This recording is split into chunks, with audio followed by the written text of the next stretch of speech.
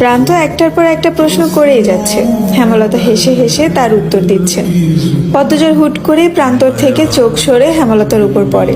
মা হাসলে সন্তানদের বুকে যে আনন্দের ঢেউ ওঠে তা কি জানেন? পদ্মজার আদর্শ মা, সে তার মায়ের মতো হতে চায়। 5 দিন শেষ, শুটিং দলের মধ্যে খুব ব্যস্ততা, সবকিছু গুছানো হচ্ছে। 5 দিনের তাড়াহুড়ো করে শুট শেষ করা হয়েছে। লিখন উঠানে চেয়ার নিয়ে বসে আছে। চিত্রা এসে তার পাশে বসলো। কাশির মতো শব্দ করলো লিখনের মনোযোগ পেতে। লিখন তাকালো, স্নান মুখে প্রশ্ন করলো, সব গুছানো শেষ? শেষ। তুমি তো কিছুই গুছাওনি। বিকেলে রওনা দেব। আমার আর কি আছে গুছানোর, দুপুরে শেষ করে ফেলবো। মন খারাপ? লিখন কিছু বলল না। লাহারি ঘরের দিকে তাকালো, দৃষ্টিতে শূন্যতা, কিছু ফেলে যাওয়ার বেদনা, বুকের বাঁ পাশে চিনচিন করা ব্যথা। চিত্রা হাত ঘড়ি পড়তে পড়তে বলল, ছোট বোনের সমান বলে ঠোঁট বাঁকিয়েছিলে, এখন তার প্রেমেই পড়লে। লিখন কিছু বলল না, দীর্ঘ নিঃশ্বাস ছাড়লো।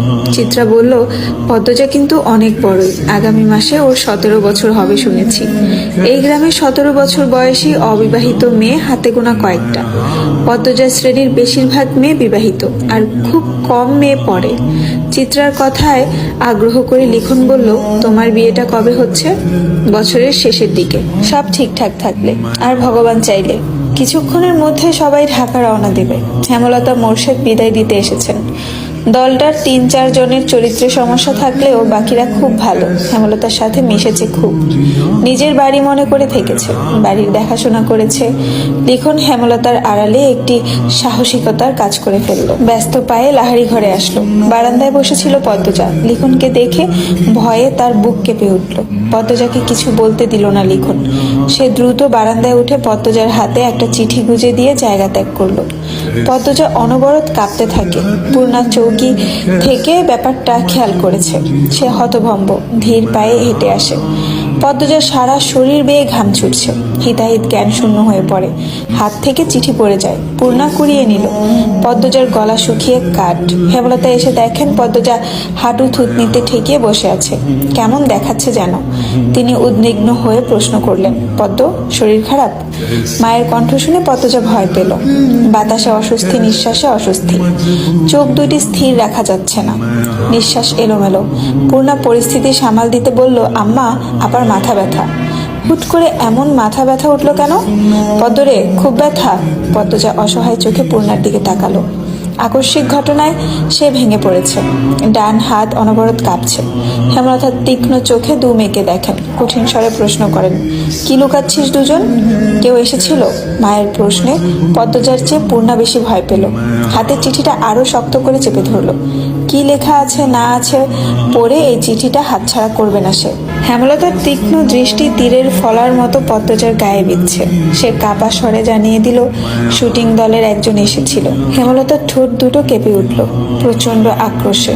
পদ্মজা সবাইকে চিনে না, তাই তিনি পূর্ণাকে প্রশ্ন করেন, পূর্ণা, কে এসেছিল? পূর্ণা 2 সেকেন্ড ভাবলো, এরপর নতমুখে বলল, কালো দেখতে যে মিলন। পদ্মজা আর চোখে পূর্ণার দিকে তাকালো। তার ভয় হচ্ছে, মা যদি এখন বলে মিলন তো আর সামনেই ছিল, তখন কি হবে? পূর্ণা মিথ্যে বলল কেন? সত্য বললেই তো পারত। হেমলতা বিশ্বাস করেছেন নাকি করেননি দৃষ্টি দেখে বোঝা গেল না। পূর্ণা মাথা নত করে অপরাধীর মতো দাঁড়িয়ে রইল। হেমলতা বারান্দা অবধি এসে আবার ঘুরে তাকালেন। মনটা খচখচ করছে, মনে হচ্ছে ঘাপলা আছে। নাকি তার সন্দেহ হয়েছে? মনের ভুল ভাবনা, কে জানে। রাতে পদ্মজা খেতে চাইল না।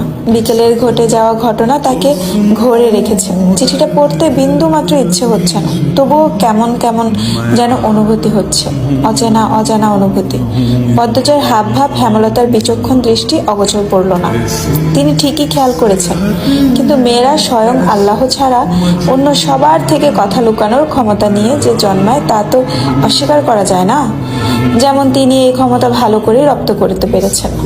পদ্মজাকে জোর করে খাইয়ে দিলেন, কিন্তু কোনো প্রশ্ন করলেন না। রাতের মধ্যভাগে মোর্শেদ হেমলতাকে জড়িয়ে ধরতে চাইলে হেমলতা এক ঝাটকায় সরিয়ে দিলেন।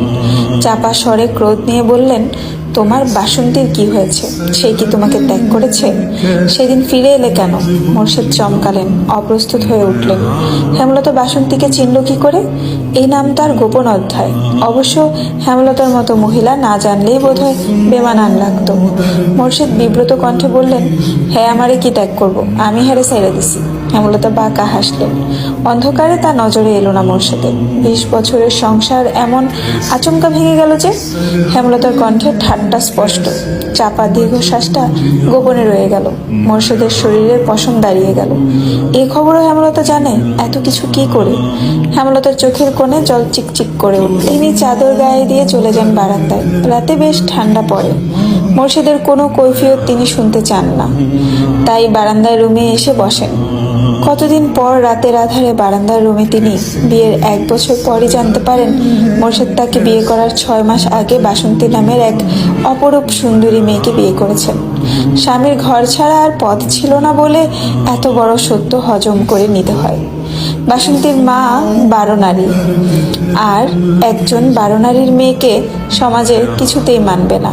মোর্শেদের বাবা মিয়াফর মোড়ল টাকার বিনিময়ে দেহ বিলিয়ে দেওয়া একজন 12 নারীর মেয়েকে ছেলের বউ হিসেবে মানতে আপত্তি করেন। ততদিনে মোর্শেদ বিয়ে করে নিয়েছে। সে খবর মিয়াফর মোড়ল পেলেন না। তিনি মোর্শেদের মন ফেরাতে শিক্ষিত এবং ঠান্ডা স্বভাবের হেমলতাকে বেছে নিলেন। কুরবান হলো হেমলতা। তখন কলেজে ওঠার 7 মাস চলছিল। এরপর পড়াটাও আর এগুলো না। জীবনের মোড় করুণ রূপে পাল্টে গেল। পরদিন সকাল সকাল স্কুলে রওনা হলো তারা। পূর্ণা পথে চিঠিটা পড়ার পরিকল্পনা করছিল। পদ্মজা হতে দিল না। শিয়ানা 2টা মেয়ে হাতে কেউ চিঠি দেখে ফেললে ইজ্জত যাবে। পূর্ণা পদ্মজার প্রতি বিরক্ত বোধ করলো। চিঠিটা তার কাছে। পথে নতুন করে পরিকল্পনা করলো সে ক্লাসে বইয়ের চিপায় রেখে চিঠি পড়বে। তাও হলো না। পরপর 2 দিন কেটে গেল। সুযোগ পেলেও পদ্মজা পড়তে দিতে চাইতো না। সারাক্ষণ হাতে যার নিয়ে যেন থাকে সে। এই বুঝি মা এলো। 2 দিন পর মোক্ষম সুযোগ পেল। হেমলতা বাপের বাড়ি গিয়েছেন প্রান্ত এবং প্রেমাকে নিয়ে। যদিও কয়েক মিনিটের পথ, দ্রুতই ফিরবেন। পদ্মজার চেয়ে পূর্ণার আগ্রহ বেশি। সে চিঠি খোলার অপেক্ষায় ছিল। আজ খুলতে গিয়ে মনে হলো যার চিঠি তার খোলা উচিত এবং আগে তার পড়া উচিত। তাই পদ্মজার দিকে চিঠি বাড়িয়ে দিল। পদ্মজা চিঠি খুলতে দেরি করছিল বলে পূর্ণা তাড়া দিল, এই আপা, খোল না, লজ্জা পাচ্ছ কেন? চিঠি এটা, কারো গায়ের কাপড় খুলতে বলছি না। পদ্মজা চমকে তাকালো, যেন পূর্ণা কাউকে খুন করার কথা বলছে। পদ্মজা বলল, কিসব কথা পূর্ণা? আচ্ছা মাফ চাই, আর বলবো না। পদ্মজা ভাঁজ করা সাদা কাগজটা মেলে ধরলো। চোখের সামনে প্রথমে বড় করে লেখা, প্রিয় পদ্মফুল। পূর্ণা পাশে এসে বসলো। দুজনের মনোযোগ চিঠিতে। প্রিয় পদ্মফুল, আমি ভেবে উঠতে পারছি না কিভাবে কি বলবো। আজ চলে যাব, ভাবতেই বুকের তোলপাড় চলছে। তার কারণ তুমি। যেদিন তোমাকে প্রথম দেখি থমকে গিয়েছিল নিঃশ্বাস, কণ্ঠনালী। এতটুকুও মিথ্যা বলিনি। সেদিন শুটিংয়ের সংলাপ বলতে গিয়ে ভুল করেছি বারবার। না চাইতেও বারবার চোখ ছুটে যাচ্ছিল লাহারি ঘরের দিকে। বুকে থাকা হৃৎপিণ্ডটায় শিরশিরে অনুভূতি শুরু হয় সেই প্রথম দেখা থেকেই। প্রতিটা ক্ষণ গুনেছি তোমাকে দ্বিতীয়বার দেখার আশায়। দ্বিতীয়বার দেখা পাই যখন বেগুন নিতে আসো। সেদিন কথা বলার লোভ সামলাতে পারিনি। টমেটোর অজুহাতে শ্রবণ করি পদ্মফুলের কণ্ঠ। মনে হচ্ছিল এমন ঋণ ঋণে গলার স্বর আর শুনিনি। রাতের ঘুম আড়ি করে বসে। তোমায় প্রতিনিয়ত দেখার একমাত্র পন্থা তোমার স্কুল। সবার অগোচরে কতবার তোমার পিছু নিয়েছি, তুমি বোকা ধরতেও পারোনি একবারও।